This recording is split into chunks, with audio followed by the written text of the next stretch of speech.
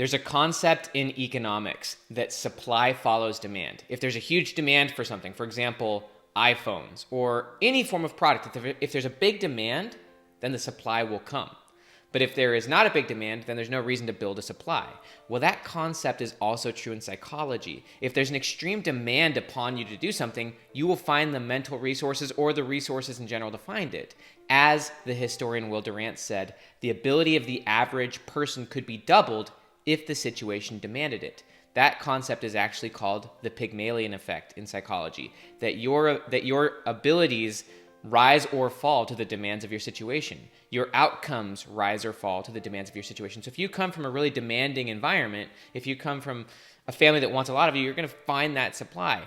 If you're in a situation where you absolutely must get the result, or else things are going to fall apart. This is one of the reasons why deadlines are so powerful. It's because when a deadline's coming, all of a sudden there's this huge demand on you, and you have to create the result. You have to find that supply. You have to find that motivation. So the problem for most people is that there is not enough demand coming upon them from their situation. It's not necessary for them to achieve their goals. It's not necessary for them to achieve a certain outcome. For some people, the demand is required that they make over $1 million, or else things are going to fall apart. They have a business. They might have to make tens of millions of dollars. And so you have to ask yourself, what are the current demands that your environment places upon you or your situation, but also what are the demands that you set upon yourself? What are the demands of your future self? What if you demanded that your future self achieve a certain goal? There's a concept that you have to first be before you can do and do before you can have.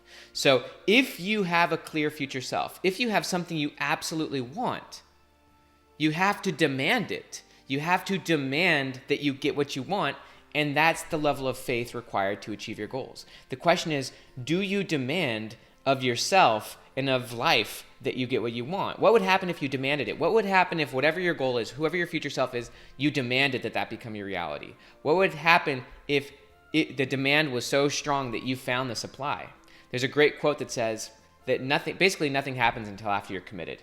Once you get fully committed to something, then providence moves too. Then all sorts of things come to pass, such as material assistance, the right mentors, the right people. As the quote says, when the student is ready, the teacher appears. When the student is ready, they demand that the teacher appears. And so the question is, what would happen if you demanded that you achieve your results? Demanded it of yourself and demanded it of the world, demanded it of life, demanded it in your prayers, demanded it of your faith. What would happen if you became so committed to your result that you became willing to do whatever it takes? As the quote says, when the why is strong enough, you'll figure out how. Well, the first key to motivation is being 100% clear on what you want. And clarity of what you want all just comes down to making decisions. This is where most people get mixed up. This is where most people make things too complicated. Most people, they just say, I don't know what I want.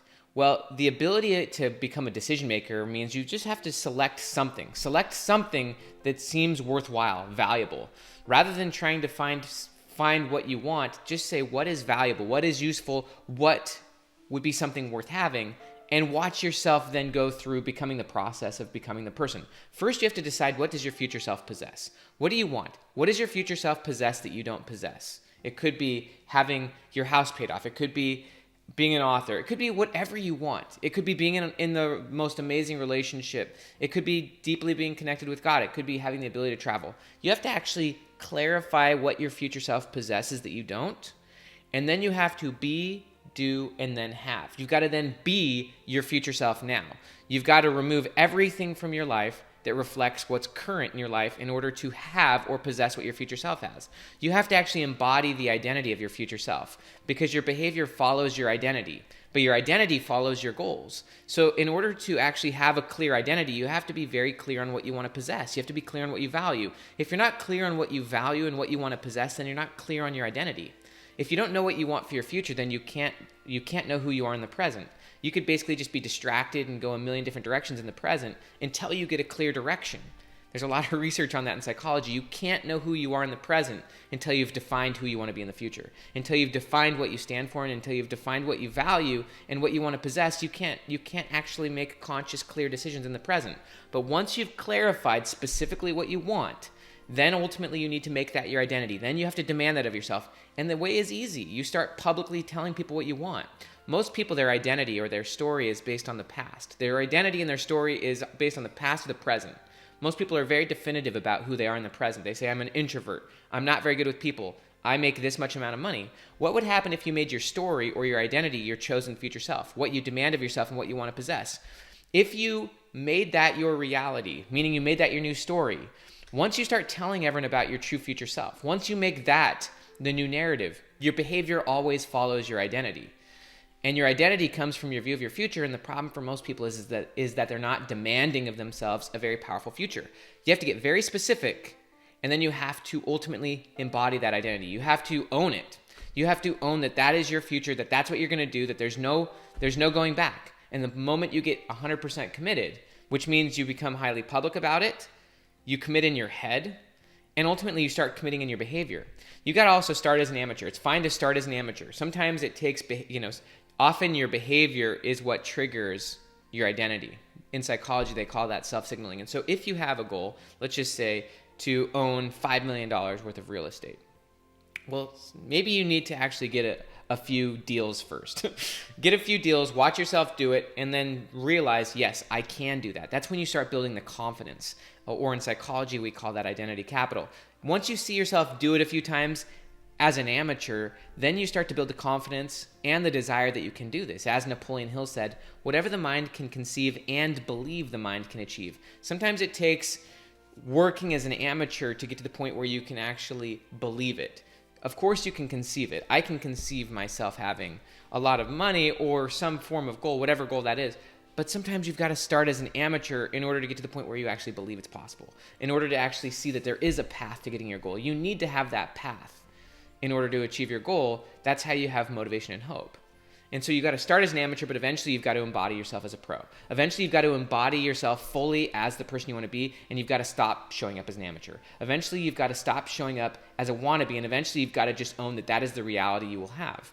As Eben Pagan said, he calls it inevitability thinking. Inevitability thinking is thinking and acting as if what you want is a foregone conclusion because you've set up the circumstances for it to happen. You've set up the environment, the conditions for it to happen. And so at some point, you've got to have this identity shift where it's the only reality that's going to happen.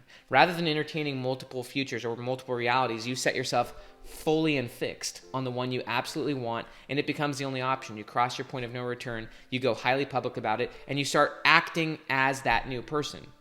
Be, do, have. You just own that that is your identity. You own that that's who you are. You own that that's what you're going to do. And you own that those are the realities, and you own that that's the outcomes you're going to produce. And then you behave from the perspective of your future self. You behave through your new identity, and ultimately you'll have whatever you want.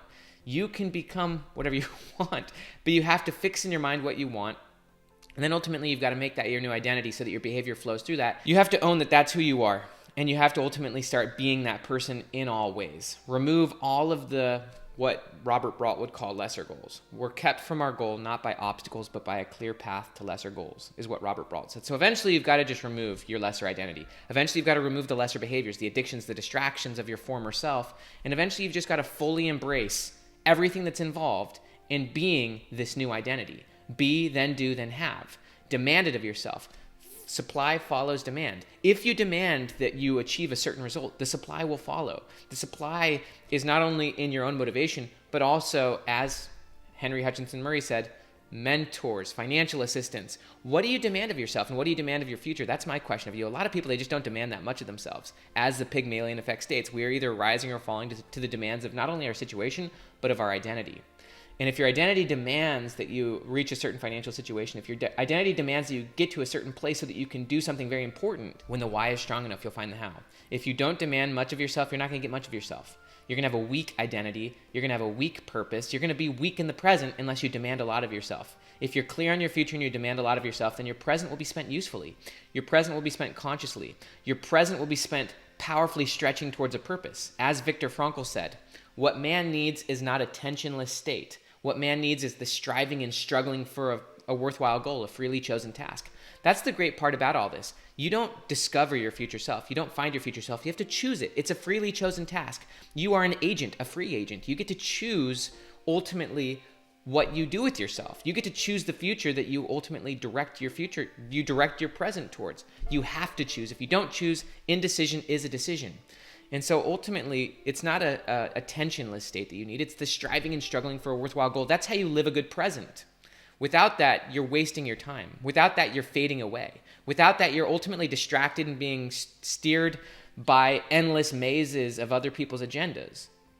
So you have to fix your mind on what you want. You've got to make that your new identity. You've got to then fully own it at some point. You eventually get to the point where you own it by first starting as an amateur and then getting to the point where you conceive and believe it. And then at some point you just say, this is the only reality I'm going for. I'm going for it. I don't care what other people think. This is my new narrative. This is what I'm going for. I'm no longer embarrassed. I'm no longer ashamed of my future self. I'm no longer ashamed of my true goals and ambitions. This is who I am now, and I'm not hiding it from anyone. And then your behavior aligns with your future self. And then you quickly create the results you want. Then you start using your time effectively. Then you start using your days productively. How you spend 24-hour periods, your days, how you spend days really matters. How you spend 24-hour blocks of time determines how successful you'll become. And once you become committed to your future self, then you can start spending your days effectively. You can start building your environment and your life around being in flow and doing what Brian Tracy calls eating the frog. You can actually take action towards your first goals. You can start removing the lesser goals. You can start removing the lesser demands. You can start removing the wrong people. And ultimately, you can make your time and energy and thoughts focused. In psychology, the concept is simple. It's called selective attention. Dan Sullivan, the founder of Strategic Coach, has said, your eyes can only see and your ears can only hear what your brain is looking for. Well, you can't train your brain to look for something and to find what you're looking for if you haven't fixed in your mind what you wanted and then ultimately demanded that it happens. Once you fix in your mind what you want, and it's, by the way, your choice, as Frankl said, it is a freely chosen task. You get to choose the future you want. You get to choose the person you become. But you have to choose, and once you choose and then once you train your identity, then you train your worldview, because we all see the world in a subjective manner.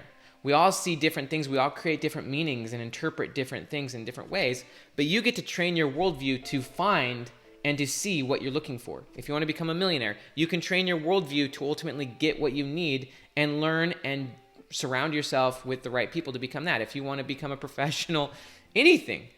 If you want to find God, you can train your worldview to do that. You ultimately train your subjective perspective, but you do that by choosing goals. You do that by choosing a goal, you do that by choosing a future, and ultimately by training your identity, and then ultimately training your thoughts, your desires, and your behavior to become who you want to be. And by the way, we all do this. What we desire consistently over time, we eventually become, as Neil A. Maxwell said. But most people, they don't consciously train their desires. Instead, their desires are implanted to them by the outside world. As Zig Ziglar said, your input shapes your outlook. Your input shapes your outlook. Your input shapes your thoughts, your desires, and your behavior. And most people, their inputs are through social media, through the news, through their friends. They haven't chosen their goal and then designed their environment and designed their inputs to create the worldview and the behavior and the desires they want. As Marshall Goldsmith said, if you do not create and control your environment creates and controls you. Most people are automatons. Their desires, their worldview, their thoughts, their goals are being driven by social media and by other medias created by other people, by basically propaganda. The only way you can start controlling your environment, controlling your inputs to control your outlook, is when you define a clear future self. And then ultimately train your identity and train your selective attention or train your worldview so that that's what you see, that's what you find, and that's what you get. It's up to you. But if you demand it of yourself, you can create insane goals. You can achieve them very quickly. You can skyrocket past most people because most people are not clear and most people are being torn in a million different directions. I'm Dr. Benjamin Hardy. Down below is a link in the description to my free 30-day Future Self course.